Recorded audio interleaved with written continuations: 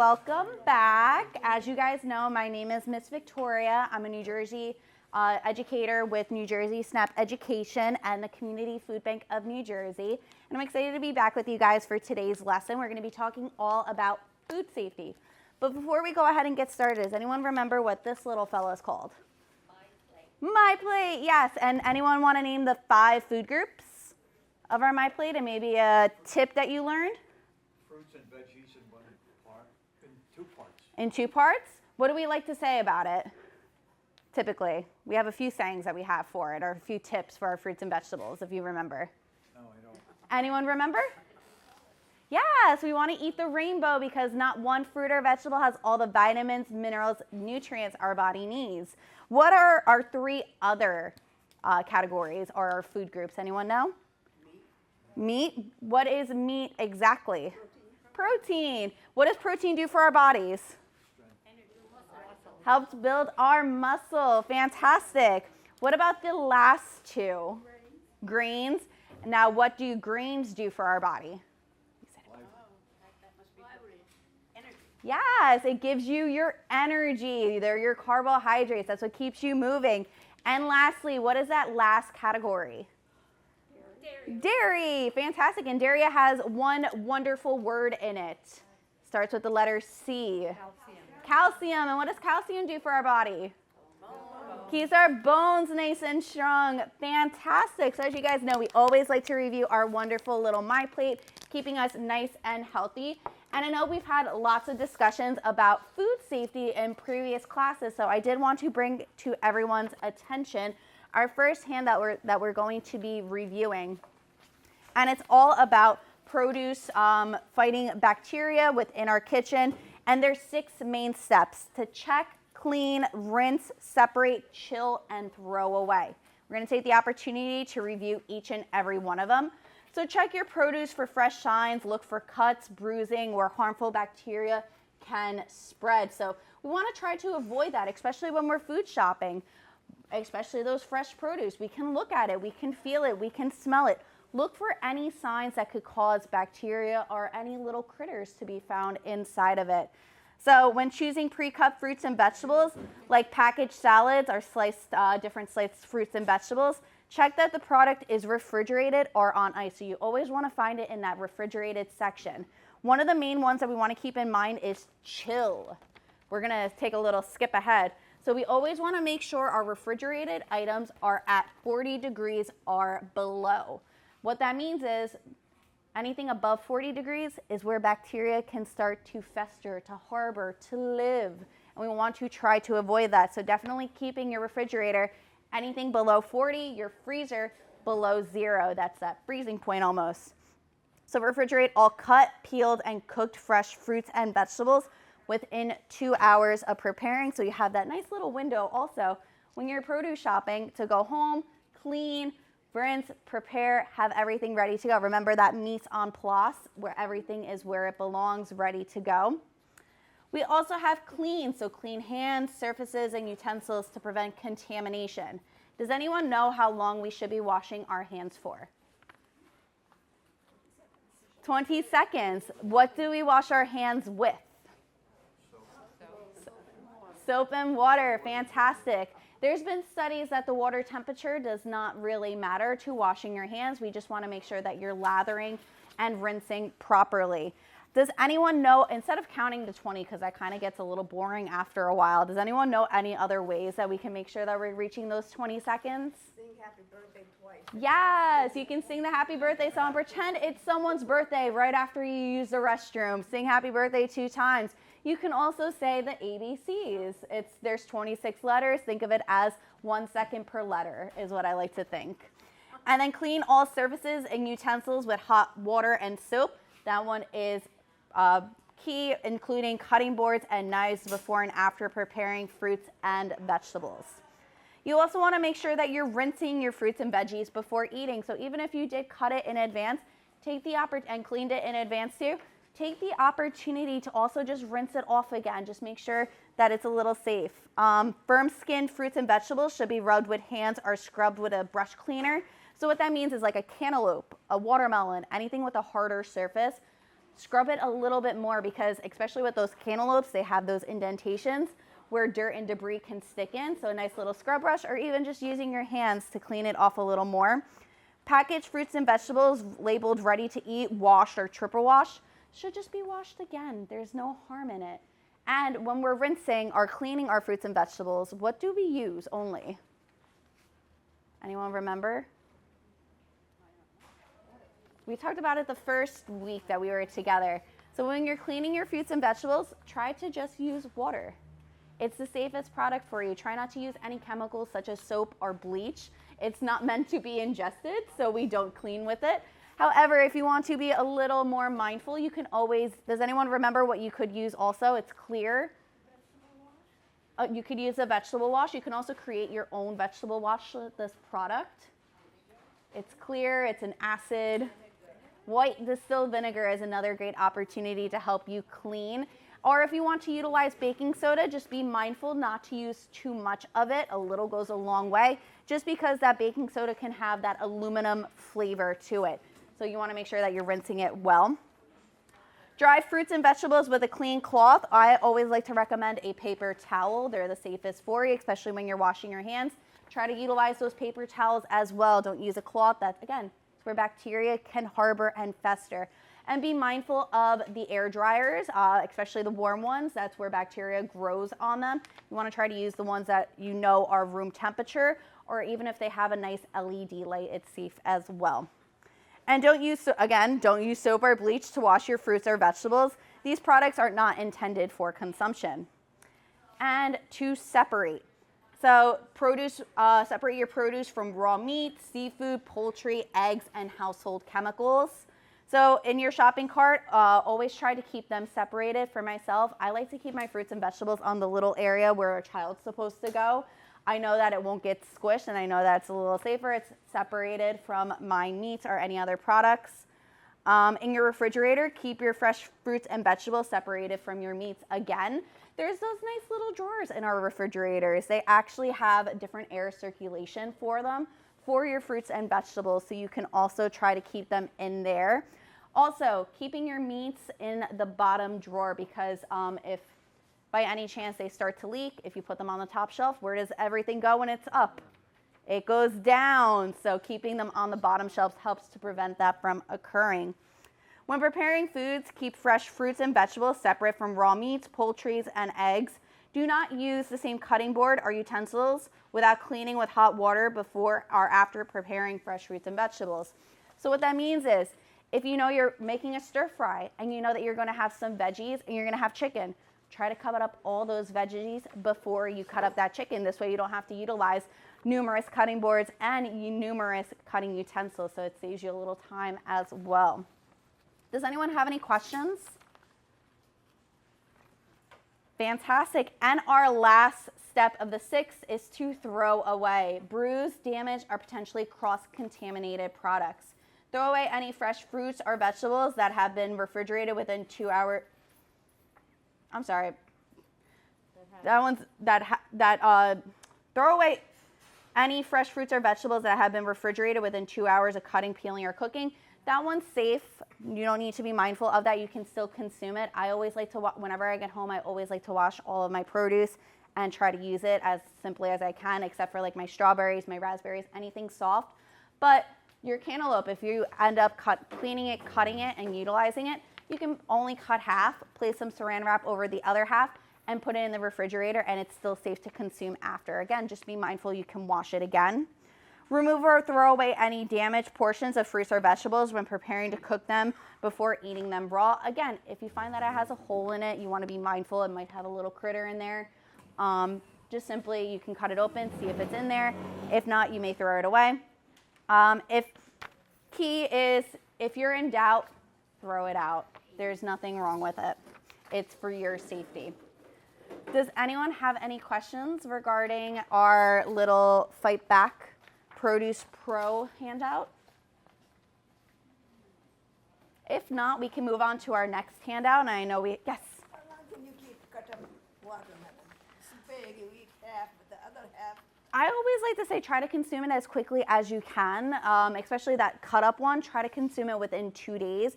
The other half that hasn't been cut up, try to consume it within that 5-day period.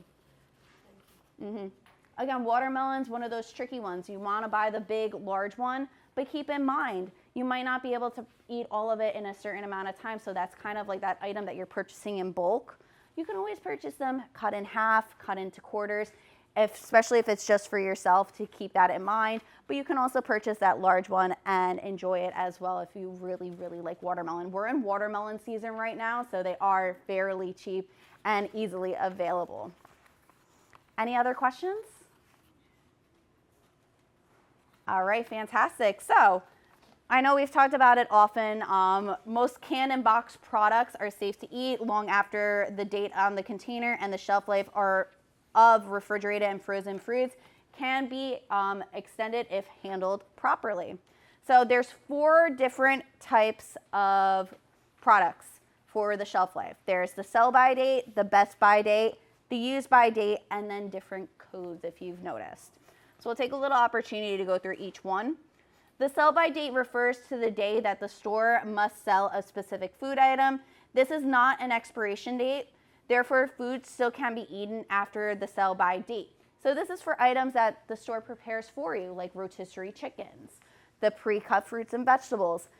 It has that date on it because the store is liable. If they don't sell it, they would then have to find other means for it. So this is a great opportunity for that. However, I always like to use the example of rotisserie chicken.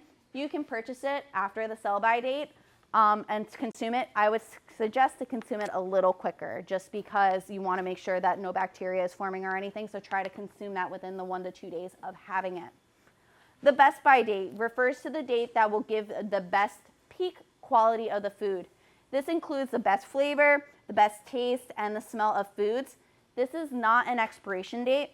Therefore, foods can still be eaten after the best by date. So this is typically on canned products. Canned products, frozen products, they have that best by date. You want to try to consume it by that date, but it's still safe to consume it afterwards and you can still enjoy it. The use by date refers to the last date recommended for the use of this product while at peak quality. The date has been determined by the manufacturer of the product. This is not an expiration date, therefore food can still be eaten or used after. This you can find on lots of dairy products because as we know, our dairy products do tend to spoil a little bit quicker. So you want to try to focus on that. Again, utilize the tip. If in doubt, throw it out. If you notice that your milk starts to smell a little funky, you could give it a little taste if you want. That's not in my nature. I will not taste it. Yeah, you give it a nice little smell. So I always like to be mindful of that one specifically, and even cheeses, yogurts that smell. If you find that it's a little off from the day before, when in doubt, throw it out. And lastly, codes. This is used as a recall or tracking mechanism. Again, it's not an expiration date, but a way for retailers and manufacturers to know how, when, and where, and why the foods were produced. Does anyone have any questions? What does a code look like? It's numbers? It's numbers, it might be a sequence of letters, and each manufacturer has their own code system. So it really is all dependent. You could try to learn all of the different codes. Your brain might start to get a little jumbled. So therefore, you want to eat some blue fruits and vegetables because remember, blue and purple help with our memory. So below, we do have some different options for everyone. So it goes through how long it'll still be good after any of the sell by, the best by, or the use by dates. So as you can see, just a few options that I'll go through is canned foods. Beans, they're still safe to consume after 3 years later. Again, it's one of those products that's in a can. It has that shelf stability. Different canned fish, such as salmon, tuna, sardines, or mackerel. Again, 3 years is a great option. If you have canned frosting at home, again, these are for products that are not opened. So if you do open them, remember my key is to always try to consume it within 2 to 5 days, especially if it's refrigerated. So frosting, if you're making a cake, you won't have it downstairs just in case. You never know when a birthday is going to sneak up on you. You have it downstairs in your pantry. It'll last for 10 months after that best by, the use by, or sell by date that it has. Low acid foods such as gravies, soups, pastas, vegetables, it'll last 2 to 3 years. And lastly, canned meats such as chicken, beef, pork, and turkey will be that 2 to 3 year mark again. Any dry goods, again, this doesn't have as long of a shelf life, but it's still safe to consume after. Any baking mixes such as pancake mix, cake mixes, is good 9 months after that best by date that'll be on it. That one will have a best by date. Any dried beans is good after a year. Any type of cereal, again, if it's not open, will still be safe to consume after a year. Your dried pastas will last 2 to 3 years, again, if the box is unopened. Peanut butter, about 18 months, so a year and a half. Different types of rices, so your brown rice, again, it's not processed as much. It's that whole grain. It won't last as long, so it'll only be a year after that date. But your white rice, because it's processed, you're refining it, you're adding things to it, it'll last for 2 years, so it's a little safer to consume afterwards. Shelf-stable beverages, again, it's one of those products that doesn't have that long of a shelf life, but juices, bottled, shelf-stable, 9 months after that date. Juice boxes, 4 to 6 months. Any type of canned juice, 18 months. Milk or non-fat, dry, shelf-stable, can last up to a year or 6 months. And then we have our items that do belong refrigerated. So refrigerated or frozen. Your cottage cheese, it can last 10 to 15 days after that best by date. Again, if it's unopened in the refrigerator. Unfortunately, it's one of those items, cottage cheese does not freeze well. So keep that in mind. Any type of block cheese that you have can last up to 6 months after that best by date, or 6 to 8 months in the freezer. I always like to purchase that in bulk and just have some in the freezer when I'm getting around to the time that I think I would use it for a recipe. I like to take it out 2 days prior, so this way it's in the refrigerator and it's thawing properly. Eggs, if it's in the shell, it can be utilized 4 to 5 weeks after. Again, typically when you crack an egg, you want to use that immediately, so it's only uncracked eggs. And then don't freeze your regular eggs. I would recommend to crack them open and whisk them together, then you can freeze it, or you can utilize just the egg whites, etc. Any type of milk that's not shelf stable can still be consumed a week after, or 1 to 3 months if it's frozen. Sour cream, 2 to 3 weeks, and unfortunately sour cream also does not freeze well. And yogurt, 10 to 14 days, again if it's unopened. Frozen, 1 to 2 months.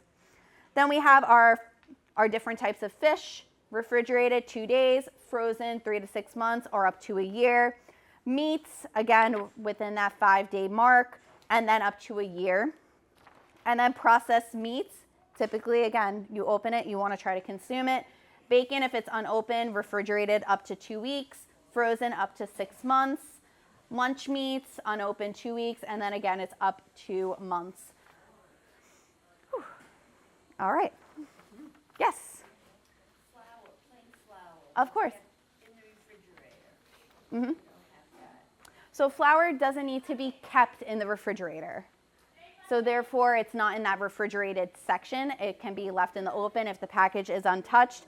It goes along those baking mixes or that pancake, so it's 9 months. I read a long time ago that sometimes you find little bugs, and keeping in the refrigerator keeps Oh. so Mhm. freeze it, even though it doesn't freeze, but it just. So I was wondering if it was different from mixes that have added ingredients, in terms of. There's really no difference. Again, it's just that it's the way that flour's packaged. It's in that brown bag and it's folded versus being in like that baked good, for example. It's in a bag inside of a box. So that's why that flour does spoil a little bit quicker, and it does get those little critters inside of it. But I like the idea of keeping it in your refrigerator. I don't necessarily know how long it can keep up in the refrigerator. So that would be something I can take a look into and get back to you next week if you're able to join us. I'll share with a friend. Yes? What about a hard-boiled egg? A hard-boiled egg, again, you want to try to consume that within the 3 to 5 days. 3 to 5? And if you've noticed, when you have those hard-boiled eggs, if you remove it from the skin, it starts to get a little slimy on the outside. So I always, whenever you're hard-boiling eggs and you're not going to use them, try to keep that skin on them or the shell on it so it maintains its freshness. Yeah, I keep the shells on it, but It's just on recommendation. If you tend to keep it a little bit longer, that's up to your own discretion. And if you find that it's still enjoyable for you and doesn't have any funky, and you've never gotten sick from it, feel free to enjoy it how you would like. That'll be okay. Does anyone have any other questions? They're great questions. One question on a fish. Sure. If you get the fresh fish, it seems to be saying in 2 days, if you get it off the ice, the salmon or whatever, you get that and take it home, you get it, use it within 2 days. That's if it's refrigerated. If you go home and you put it in the freezer immediately, that would be good for about 6 months to a year. So if you're finding that your fresh fish is on sale, you have a good deal for it, you want to buy it in bulk. Salmon, for example, you can purchase it in bulk. You can go ahead, take it home, slice it up. If you want to have 1 or 2 pieces for dinner within the next 2 days, keep it in your refrigerator, but say you get 6 other pieces out of it, throw those into the freezer and enjoy them another day. Yes? So can frosting, if open, should be used within 2 to 5 days? I would recommend utilizing it as quickly as possible. Not one thing that you want to consume by itself, but we all have those cravings, like I say it all the time. Never don't enjoy something that you enjoy. So if you find that you have a little bit of frosting left over, have a little teaspoon of it. You can always read that nutrition facts label on the side of it and see how much sugar is in there, so then you know not to consume any added sugars on top of it, because that's all added sugar in there. Any other questions? These are great questions, guys. If not, let's go ahead and start cooking. So, as you guys know, I did want to prepare something different for today. So today we will be preparing a French toast. This recipe is very simple, but we're going to jazz it up a little bit and make it fun. So the fun thing about the recipe is it's very simple to make. It only requires eggs, milk, a little bit of vanilla extract. I also like to add in a little bit of cinnamon. Does anyone have a cinnamon allergy? You have a cinnamon allergy, so we will go ahead and refrain from adding cinnamon to the batter itself, but I do have some cinnamon sugar and regular cinnamon if you would like to add it on top. And lastly, we have some fun toppings. So one of the toppings that we have is blueberries. They're nice and fresh. We have some chocolate chips. What I did purchase, I was not able to get strawberries today at my ShopRite. I was very surprised. So I have a fun little different one. It is apple pie filling. Again, no sugar added, so it's safe. And we have the fun little flavorings that you can add to it. So some syrups. So that's a great option. And then some raspberries. And what we'll do is I will go ahead and I'll prepare the French toast. I'll make it so that everyone gets 1 or 2 slices, and then we'll have the participants come on up and we'll make it like a little buffet for everyone. Oh my goodness, I almost forgot. We also have some whipped cream. Who doesn't like some whipped cream with our breakfast? And to be mindful of any lactose intolerances, I also have a coconut milk based one. And for the recipe, I do have a lactose-free milk as well. So keeping those allergies in mind. So I'm just gonna go ahead and start preparing everything. Like I said, I have my handy dandy recipe on my phone over here.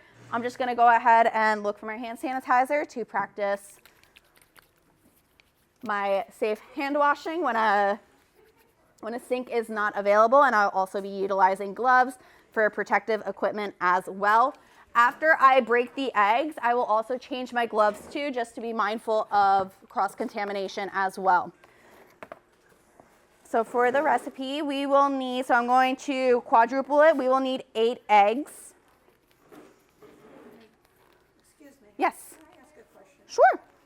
How long can you keep something in the refrigerator after it's cooked?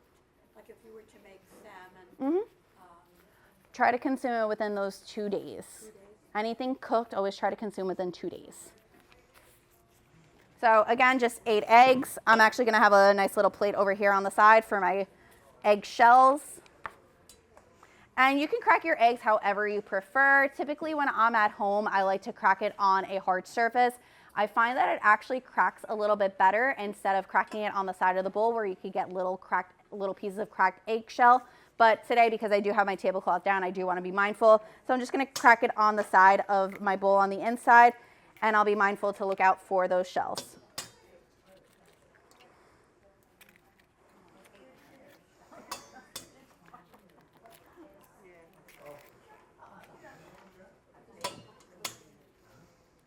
So our 8 eggs. Now the great thing about this recipe is it targets a good amount of our My Plate as well. So with our eggs, we have our protein. With our dairy, we have the milk. What is this, 6? We have the dairy with our milk. We have the grains. So for the grain today, we do have a whole grain sliced bread. It's right there. I did look at that ingredient list. When we're looking at the ingredient list, what do we want that first ingredient to say if it's a true whole grain? What's that one fun word that we look for? Whole. Good job, everyone. So I did take a look at that, and it is a true whole grain. There we go. So I have my 8 eggs in the bowl. And again, you'll find that this makes a great amount of, I'm gonna have to wash this tablecloth. Great amount for everyone. So I do have the 8 eggs.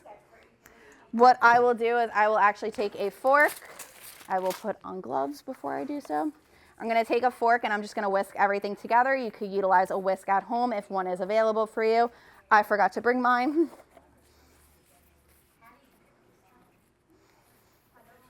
There we go. All right. So just going to use a fork and break up all the eggs. Makes it a little easier when I go ahead and add the milk. I don't have to make sure that the eggs are all broken. Now when you mix eggs and milk together, it actually creates a custard, which is what we're adding to the bread that gives it that nice flaky and soft texture, giving it the French toast. So just scrambled all my eggs together. There we go. Next, I'm going to add my milk. It calls for a 1/4 cup for every 2 eggs, so that will be 2 cups of milk. I have my handy dandy measuring cup that actually does have 2 cups. Like I said, I'm utilizing a lactose-free milk. This one is also fat-free as well. Feel free to utilize a higher percentage of fat if you would like at home. It does give it a different texture. Again, just following the recipe as instructed so you guys can see and make adjustments as you would prefer at home.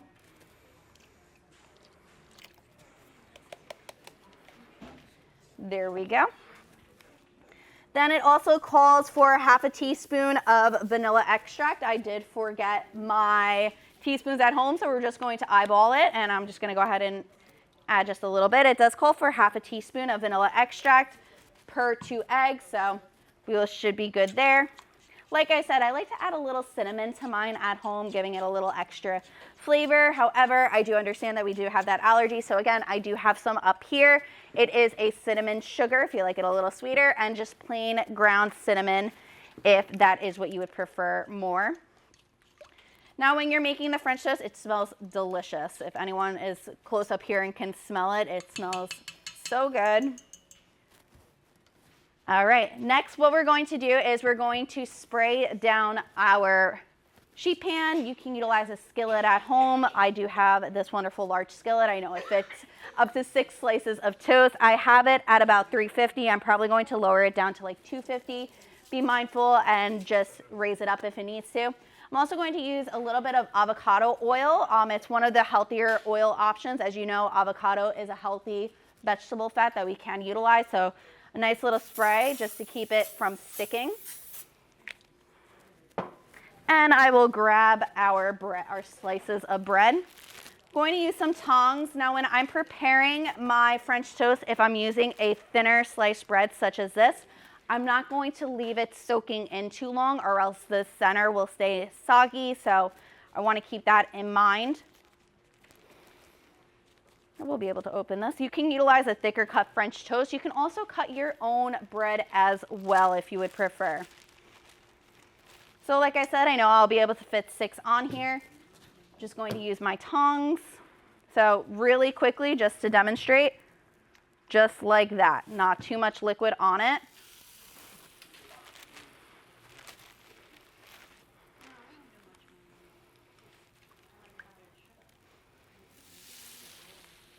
And we're just going to go ahead and let these cook on up.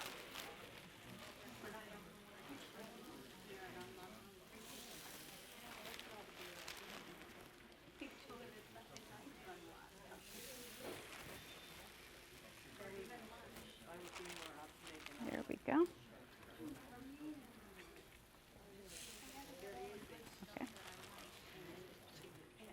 Alrighty, so we're gonna go ahead and let those cook. If you would like as well, you can take your flat spatula and actually give it a nice little press down if you would like, just to help remove some of that liquid, bring it to the outer edges, gets it nice and crispy on the outside of it.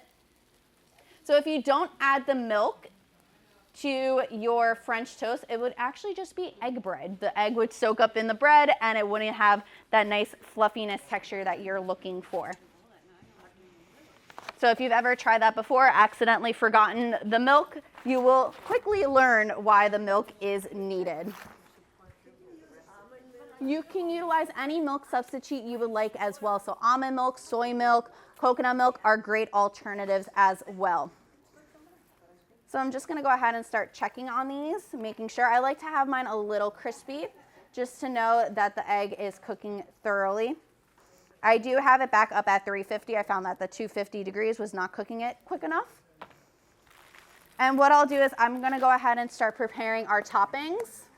So as I mentioned, we do have some blueberries, some chocolate chips I'll pour into the cup. Oops.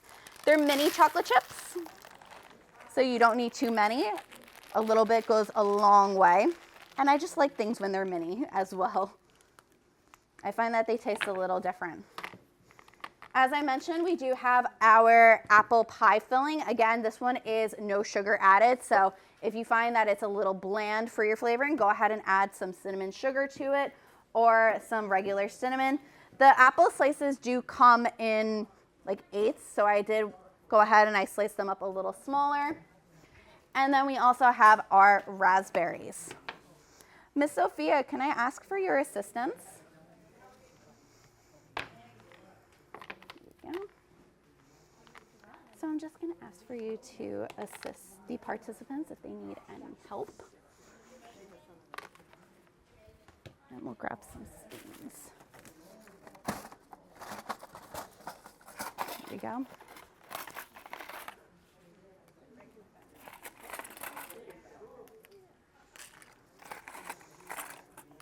There we go. So if I could ask for the first 6 participants, if anyone would like to try, you can come on up. I'm actually just going to go ahead and flip our first couple. That sounds great.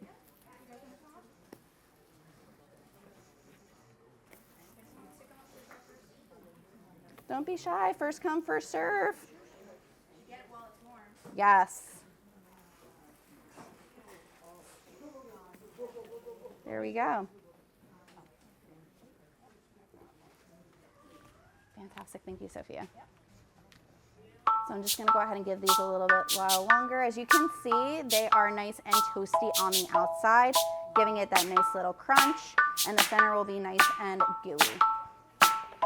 So you can start thinking about which toppings you would like to add to it. You can add it to your plate on the bottom. I believe this one is open. Fantastic. And again, we have some regular whipped cream. And then we have that coconut cream as well.